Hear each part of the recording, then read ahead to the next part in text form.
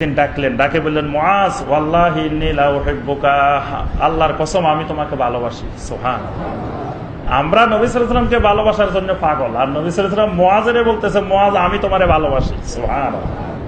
তবে মুআজ তোমাকে আমি একটা উপদেশ দিচ্ছি, ওসিয়ত করতেছি, তুমি কোনোদিন এই ওসিয়তটা বাদ দিও না। সেই ওসিয়তটা কি? লা তাদান্না দুবুরা কুল্লি সালাতিন তাকুল, প্রত্যেক ফরজ সালাতের পরে তুমি এই জিকিরটা করতে ভুলিও না।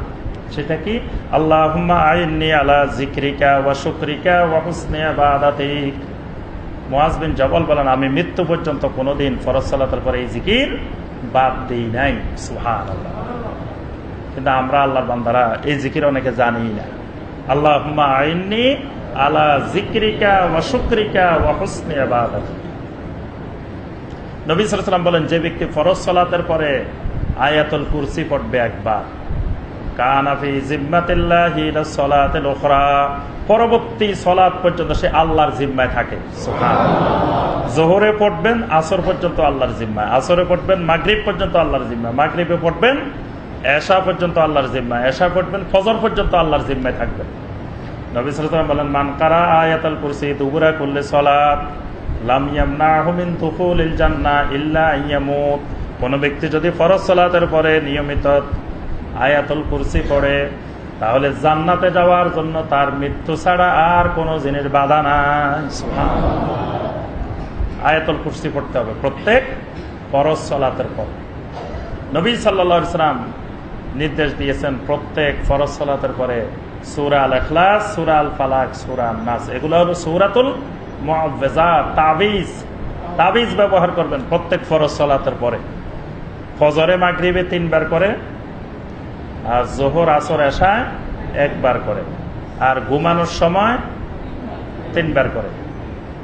এই তাবিজ নবী সাল্লাল্লাহু আলাইহি ওয়াসাল্লাম শিখিয়ে দিয়েছেন। এই তাবিজ নিজের তাবিজ নিজে ব্যবহার করবেন, টাকা পয়সা লাগবে না, ওই 5,000 টাকা 10,000 টাকা দিয়ে তাবিজ কিনা লাগবে না। এটা আল্লাহ রাসূলের দেওয়া তাবিজ। সকল জিন ভূত তাবিজ, তোমার জাদু টোনা সবকিছু থেকে আল্লাহ পাক হেফাজত করবে। এটা এই জাতীয় তাবিজ, মানে সর্বরোগের তাবিজ।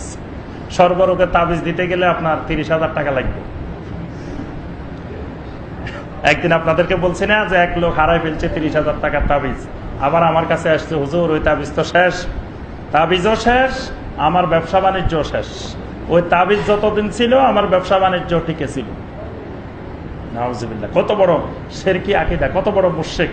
এখন হুজুর আমারে আরেকটা তাবিজ দেন, আমার কাছে আসছে 30,000 টাকার আরেকটা তাবিজ দিতাম। তো এক তাবিজের ব্যবসায় তো 1 মাসের খরচ হয়ে যায়। কি বলেন? 30,000 টাকা এক তাবিজের ব্যবসা, কি মহা ব্যবসা, যে শিরকের ব্যবসা। আমি বললাম যে ভাই এই ব্যবসা তো আমি করি না, এটা তো সম্ভব না। আর তারে বুঝাইলাম যে আপনার আকীদা তো শেষ, আপনি তো শিরকের মধ্যে নিমজ্জিত হয়ে গেছেন, আপনি সব বাদ দিয়ে এই তাবিজ ব্যবহার করেন। এটা তার পছন্দ হয় না। হুজুরে কয় কি, মনে মনে বলতেছে।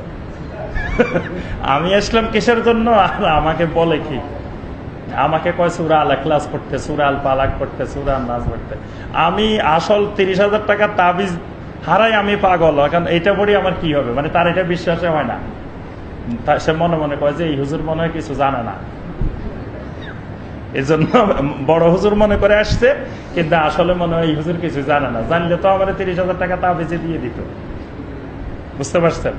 তাহলে এই তাবিজ ব্যবহার করতে হবে। এগুলো হলো আদবার আর সুজুদ, ফরজ সালাতের পরে জিকির।